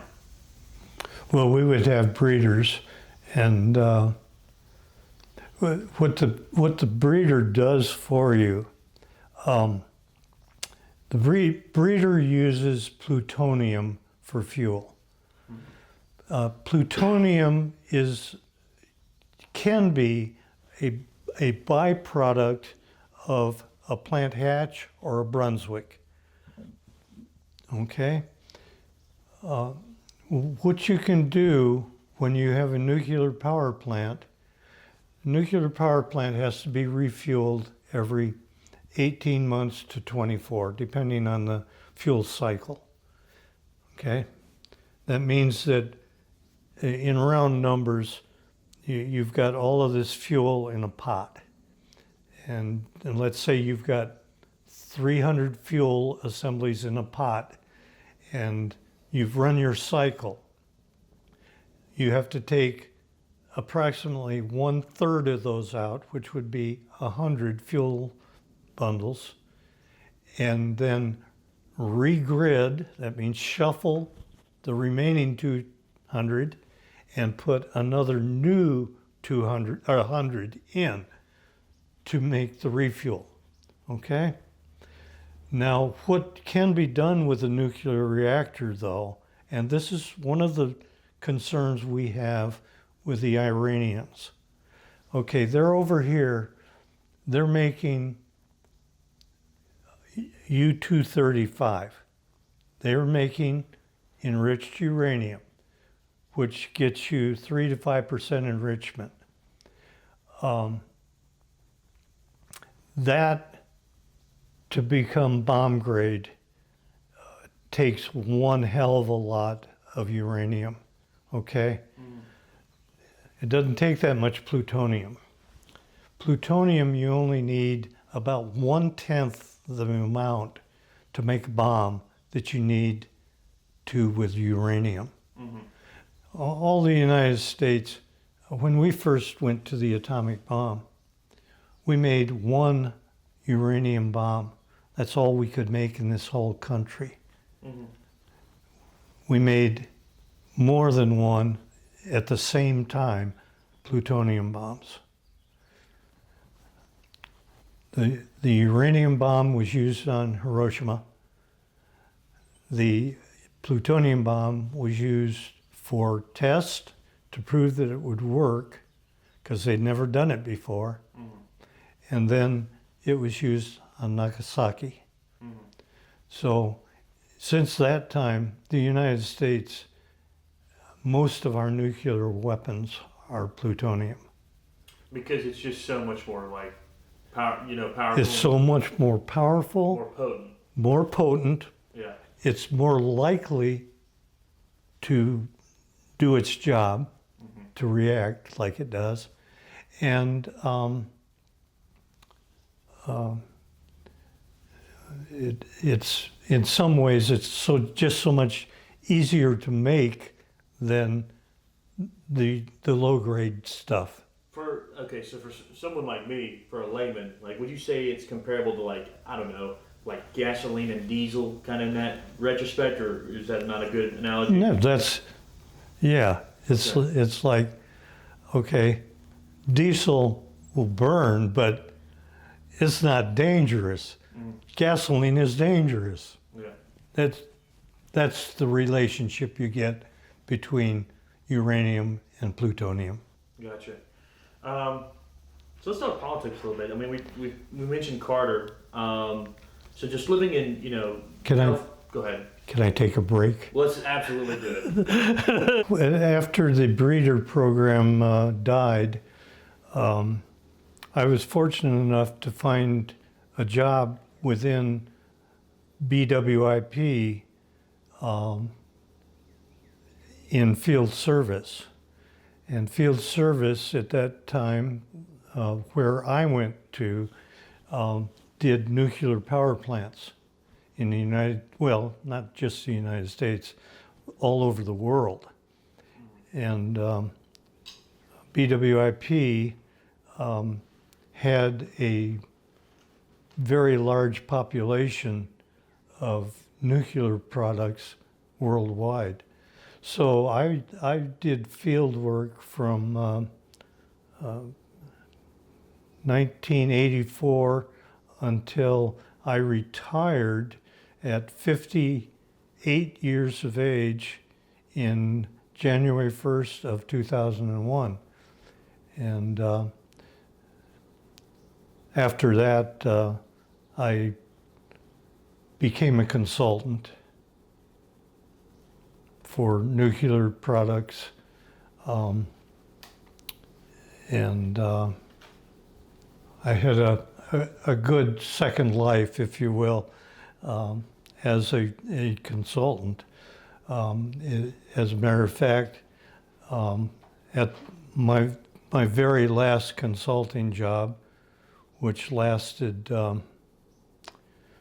from, let's see, 2009 until 2000, I believe, 2019, I did my last consulting job.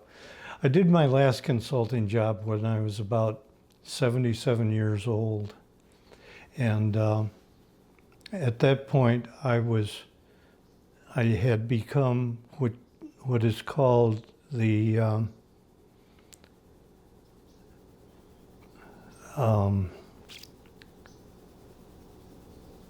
I'm trying to think of the initials they have for this.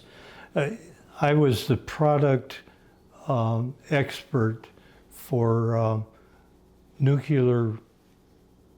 primary nuclear pumps in power plants and seals.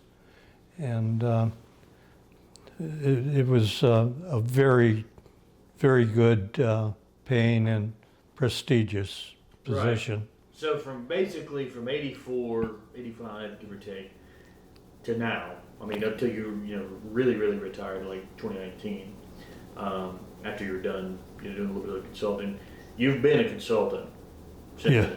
Yes. And kind of walk me through that. I mean, consulting. I mean, it's just like Vogel and stuff like that. Like those plants. Like, do they just well, we need somebody to consult with us, and they just kind of go to you because you've been in the industry so long, or? Well, yeah. For the things that I specialized in, which were primary reactor coolant pumps and seals, I became the subject matter expert. Okay, which meant that, like my last consulting job was at St. Lucie power plant, which is the same as Brunswick and Plant Hatch. And I've worked for several years at Plant Hatch. But what happened as far as consulting, when I retired from FlowServe, well, they still needed my expertise now and then. So they would hire me as a contractor, if you will. And so I would work under the company that I had worked for before.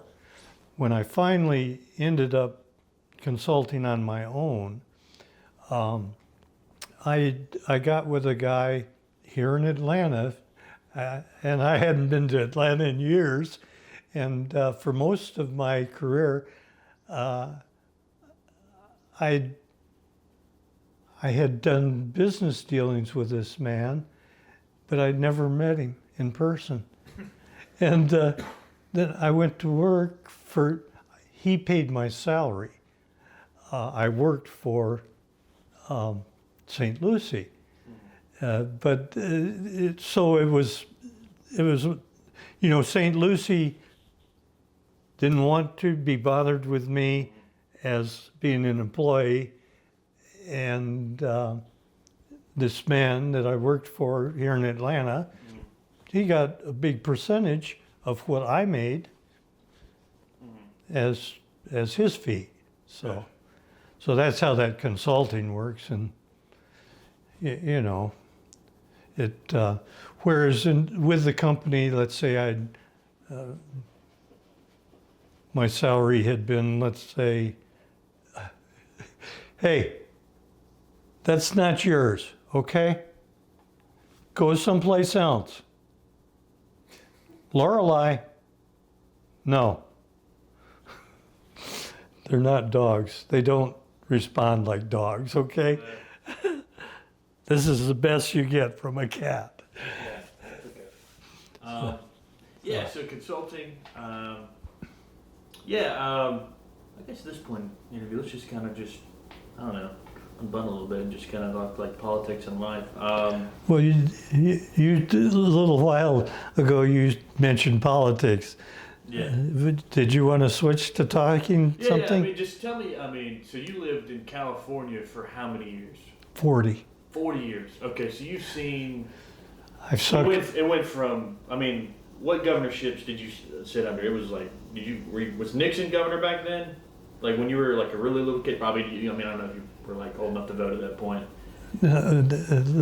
In California, the earliest names I remember would be like not Jerry Brown, but his father. Okay, who had been governor of California forever, Gotcha. you know. And then when I was an adult and married, Jerry Brown was our governor for quite a while. And then I forget what year Reagan was there, but yes, clear up through Reagan. I think I lived in New York by the time that Schwarzenegger became governor. So California's had the full spectrum. Yeah, for sure. And just, your parents, like growing up, were you like, were they like, did they kind of like make you kind of more Republican, more like Democrat? Did you lean more like independently? Just like, where were you in like? On That's an interesting thing. What happened was my father was very much Republican.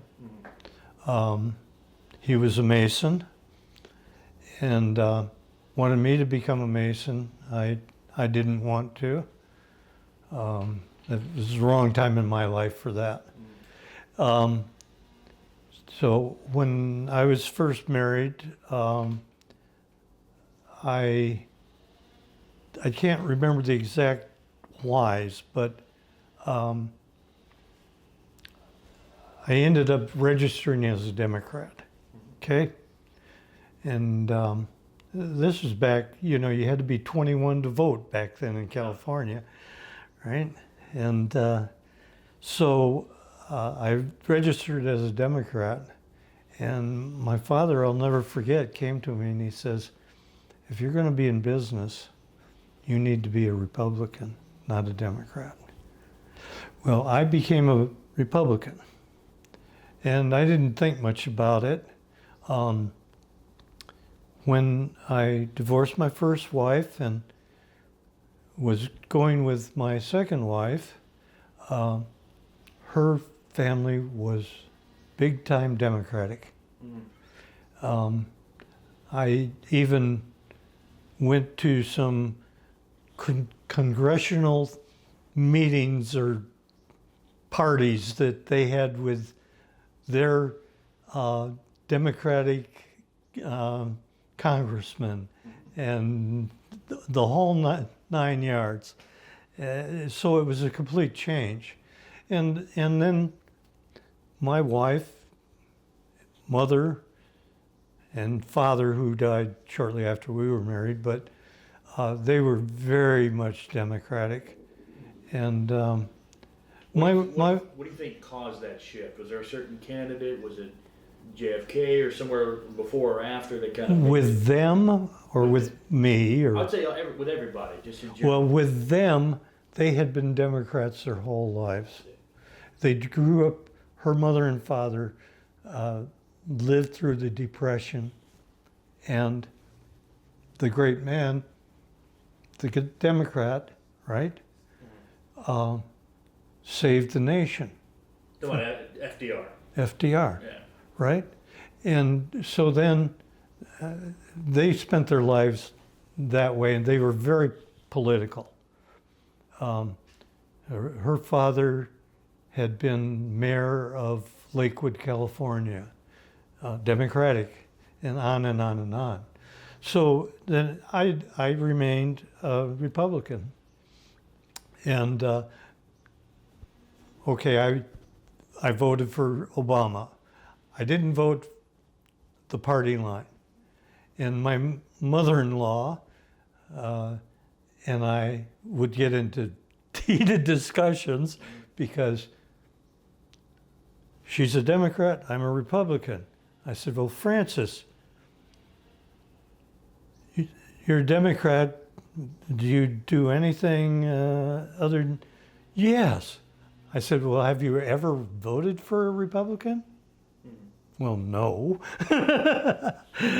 So anyway, I went on and I voted for who I felt was best for what we were going for. So you would consider yourself more of a moderate. You were just kind of like, yeah, maybe registered as a Democrat or Republican at certain times in my life, but you don't vote party line like vote blue no matter who or vote red till you're dead. No, I did not do that.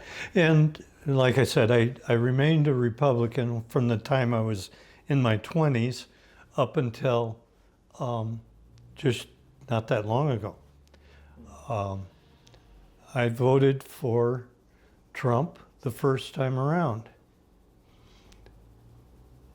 After he was in the presidency, I became a Democrat. Gotcha. So that's a recent thing. Very recent with me. Mm-hmm. My wife was probably glad to see it, but and I became very strong in my feelings about the Democrats then. Mm-hmm. And in fact, I had donated enough to the Democratic Party this last go around that I had to fill out a form for the United States government. Said, yes, I did donate this money. Gotcha.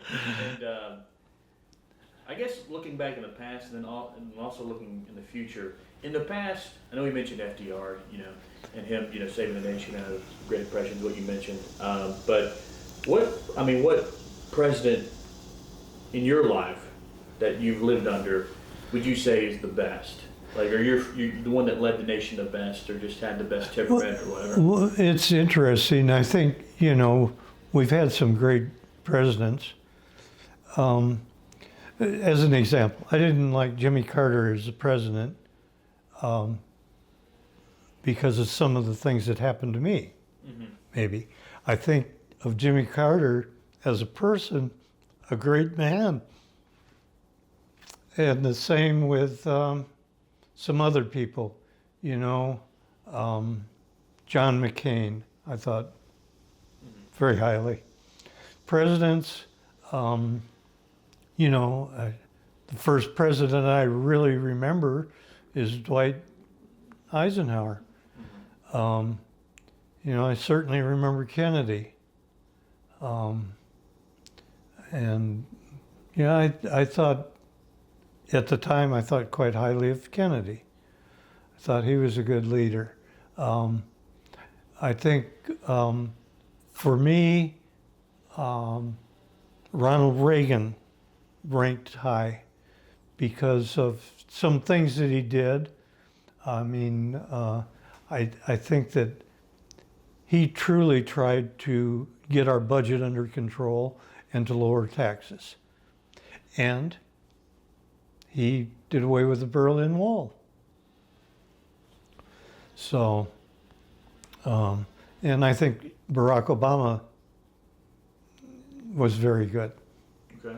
And then, so just looking back in the past, now looking in the future, who do you, with, the next election cycle is we got a few years between now and then, but who do you think would be the next candidate that they should probably put up, in your opinion? In my opinion, I would go with Governor Newsom. Personal opinion. Yeah, and what is it about Gavin that you like? It's several things. One, he's young. I respect him because I know that he wanted to do some things, but did not pursue them because of other directions within the Democratic Party. I think that he has been a good governor in California. Mm-hmm. So, I wasn't there when he's been governor, but Right. Mm-hmm. Gotcha. So you think Newsom? Okay, that's interesting. I mean, just playing devil's advocate. I know you're kind of registered Democrat now, and you've denoted it a lot. But who do you think on the Republican side? Who do you think would be the best candidate for them to put up? And this is all post-Trump, obviously. I mean, like, who knows what they'll do? Yeah, I know, and I didn't care for him all that much, but I look at what's his name, the State Department. He was senator from Florida. You talking about Rubio? Rubio, thank you. When you get to be 83, your brain goes It's okay. names. But I think that, I think he is a very smart man. There's some things that he's done when he was in Florida that I didn't care for, but other things I liked. He's, his family is Cuban, and I think he tried to help the Cubans in southern Florida. So. Gotcha. So, a dream matchup for you in 2028, I guess would be Senator Marco Rubio and Governor Gavin Newsom, right? Yeah, they can get together, but I mean, obviously, like Republican side and then Democrat side. Yeah. Oh, yeah. And then who knows what Libertarian would. I don't know. What Well, Green Party. and you look at what Bernie has done. I think he has tried to do the right things most of his career. And I think he's a great person. He's older than dirt, though. He's my age. And, and then on the other side of that coin, the senator from West Virginia, who was always bucking the Democratic Party. I thought he was too outside of where the party wanted to be representing that party. So, Okay. but that's very personal. I got you. And then when it comes to just like, you mentioned your dad saying like, hey, if you want to do business, become a Republican. Was it more like back, 50s and 60s and going past that? Was it more of an open thing to talk about like, hey, this is who I voted for, or hey, would you know like, hey, that family down there, they're Democrats, or that family over there, they're Republicans? Was that more of a known thing, or has it been kind of like close to the chest? Well, yes and no to both of those things. I mean, in some instances, you didn't want to let it be known where you were coming from. Yeah. But in others, it was like, if you were in industry, it was Republican. If you were a farmer, it was Democratic.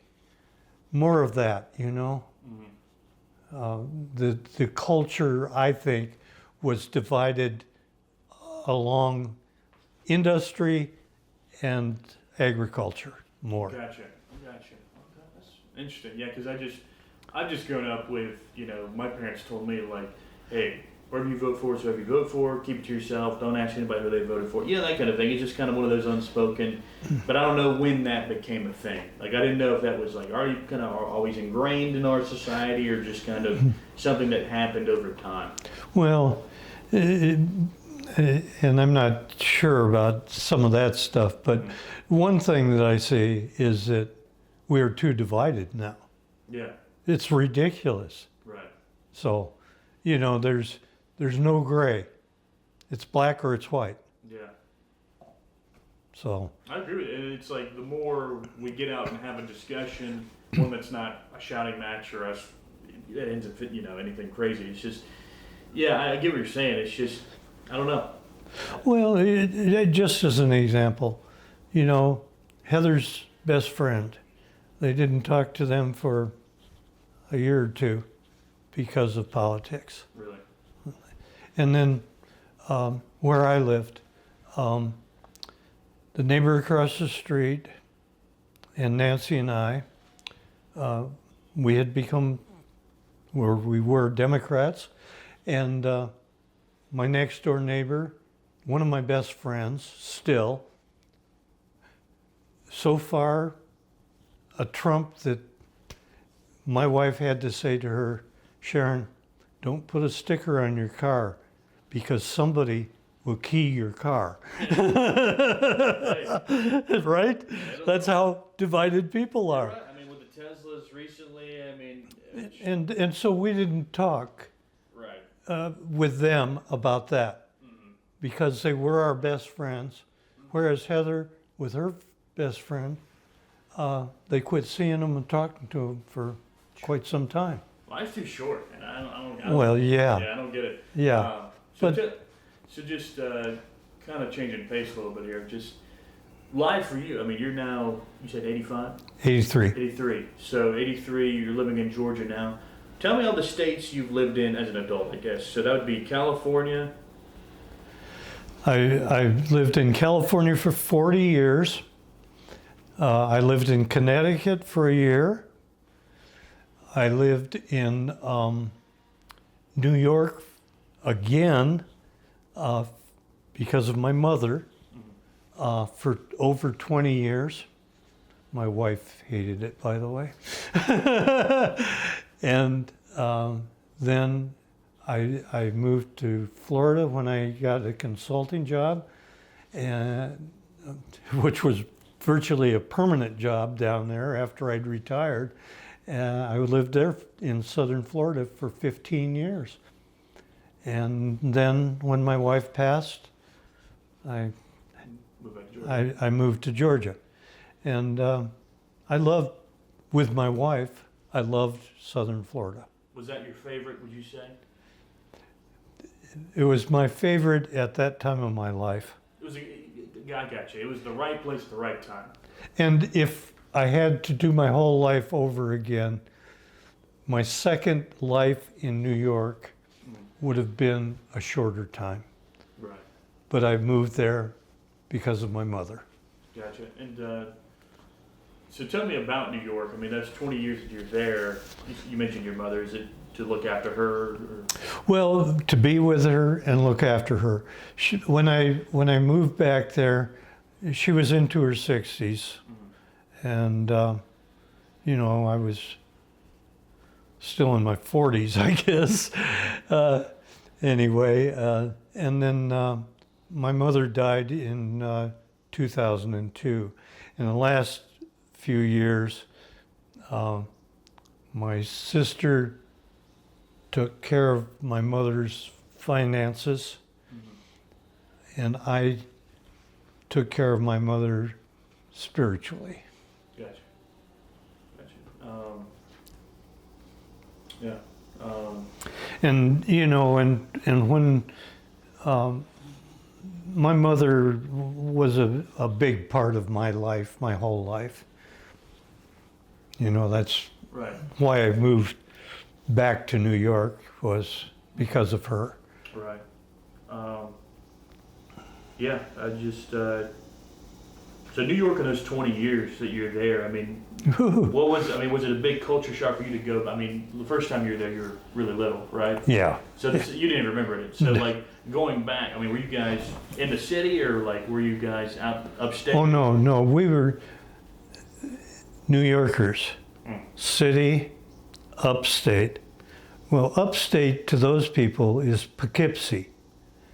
Upstate to me and my mother is Niagara Falls. All right. Okay? It's 400-mile difference. Gotcha. So you're up there practically. It's cow country. Yeah, and you're close to the border, right? I mean, this. We were 60 miles from Canada. Wow. And so well, you were too little to go over the border, right? Or did you guys go over the border? Do you remember that at all? Like for When I was a child, yeah, no, never at all. Okay, no. gotcha. Okay, and then so And I went back to New York on summer vacations when I was growing up at home. gotcha. Okay? Because you guys had family up there. Yeah, well, all of my mother and my father's family were New Yorkers. So we would go back during the summer for the summer vacation. Gotcha. And then tell me about your travels. I mean, you've got all these beautiful artwork around here. I love artwork. Art's amazing, isn't it? Yes, that one's from Romania. The one in the middle. The one in the middle, that's my most expensive painting. Yes. His name is Dmitri Danish, I think. And that was a $7,000 painting, which for me is a lot. But I love art. And what caused you? I mean, you just kind of fell in love with it as a kid, and you just kind of always kind of had an affinity towards artwork and that kind of thing. Well, I've loved art, but I didn't get into anything, collecting or anything, until later life with my wife, my second wife. So, yeah, and traveling, yeah, when I went to the field, my field work was not like Mike's. Mike's virtually at home every night, right? My worst year in field work, I was away from home 286 days in 1 year. Okay, that was my worst year. So,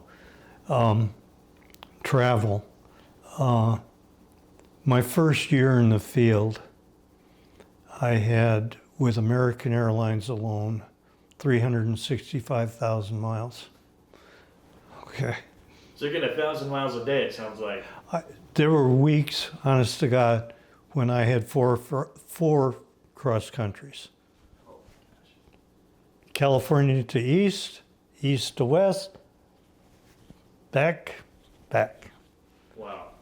And so with all those miles that you got through work, did you get to use them for fun, like vacation with your wife at the time, or? The wonderful thing about the corporation I worked for, a couple of things.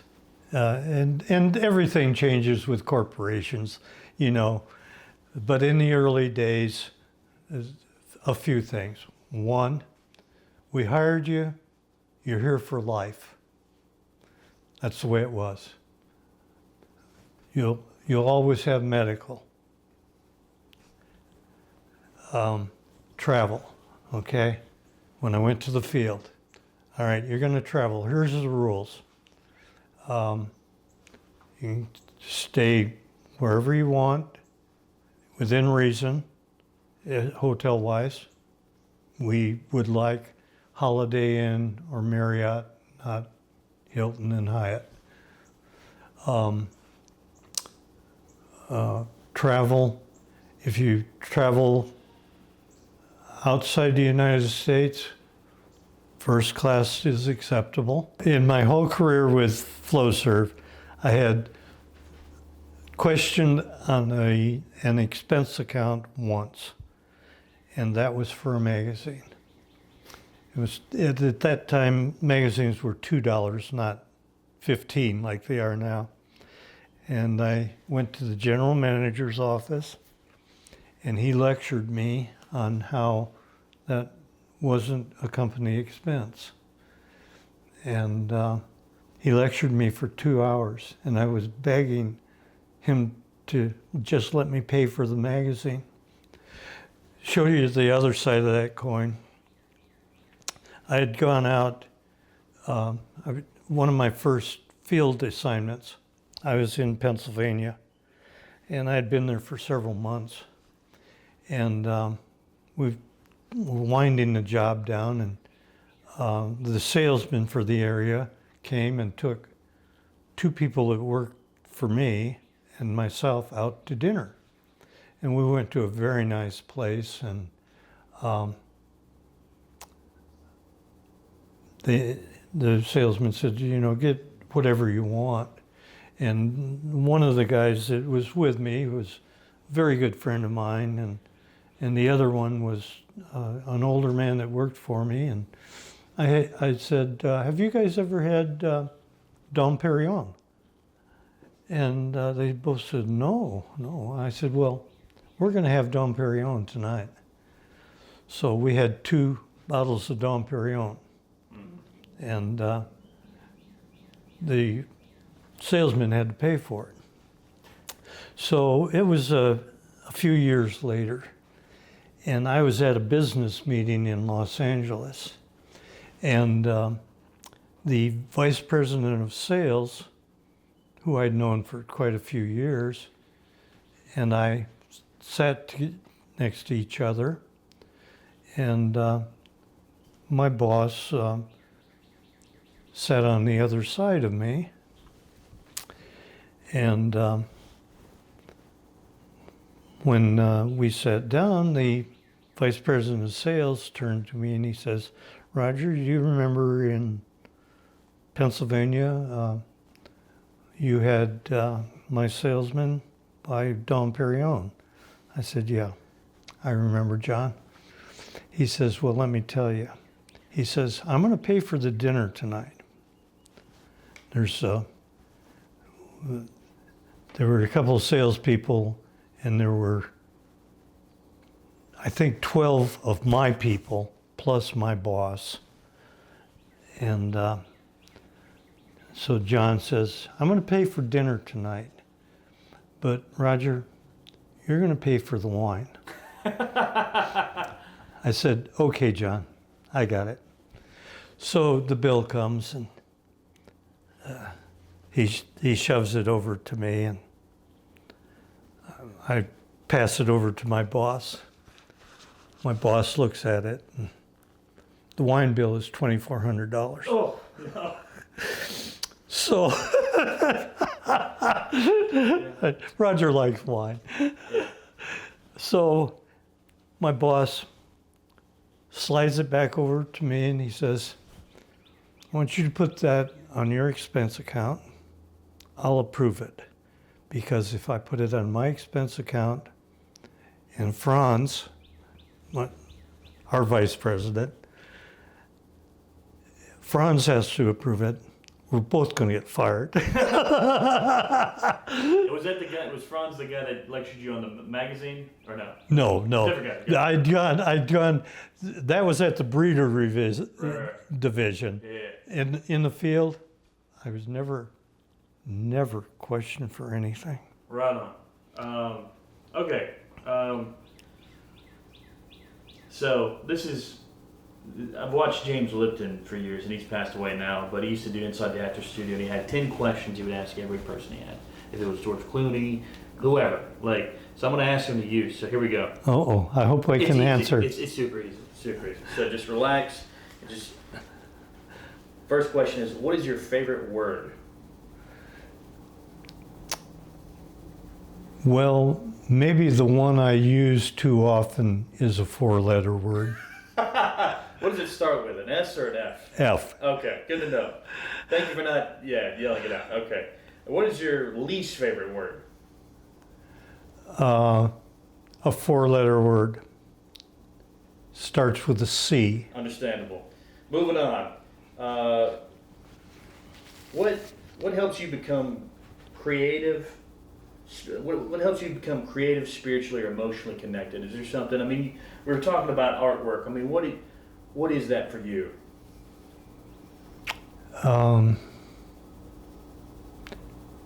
It's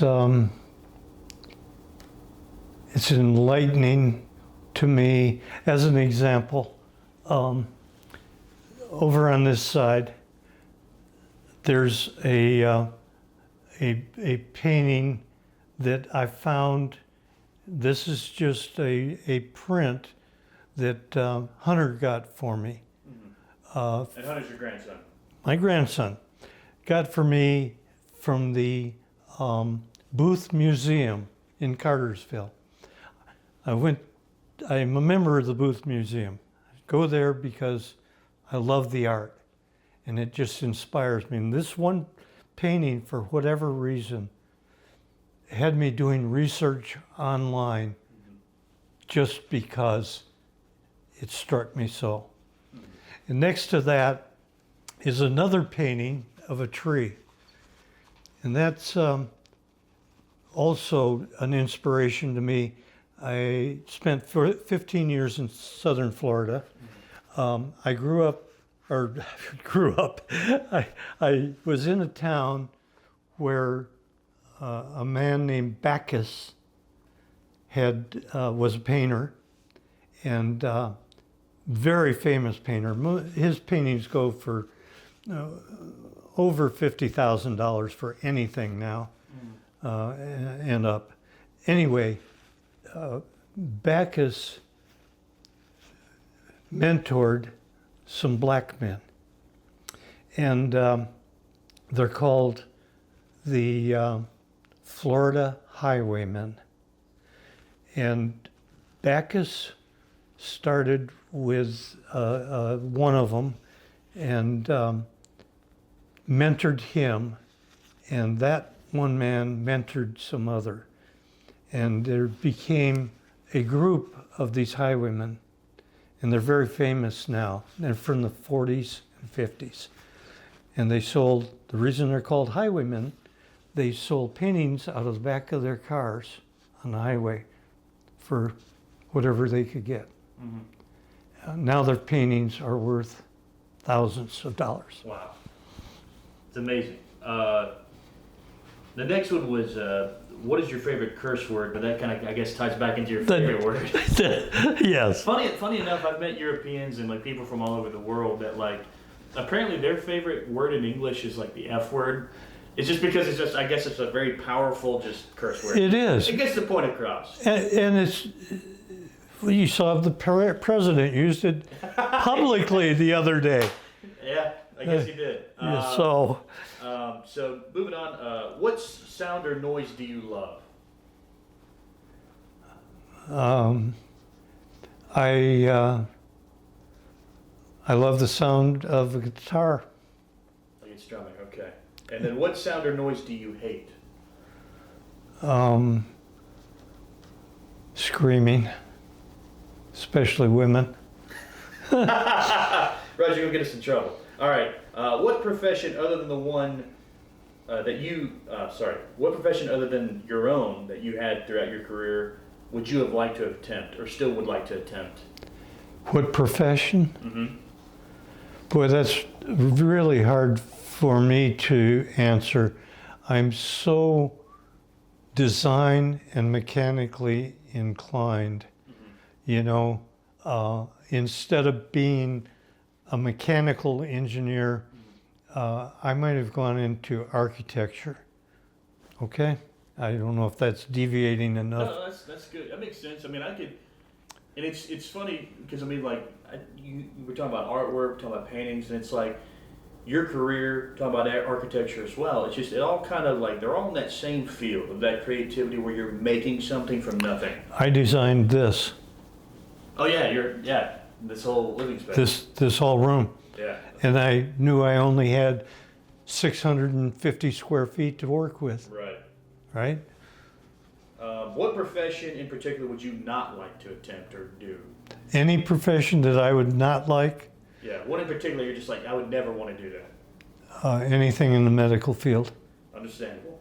And last but certainly not least, if heaven exists, what would you like to hear God say when you arrive at the pearly gates? I'm sorry, what? The last one is, if heaven exists, what would you like to hear God say when you arrive at the pearly gates? Your wife is here. Sorry. No, it's okay. It's okay. That question's kind of out of left field. No, but that's how I feel. Yeah. Yeah. So. Yeah.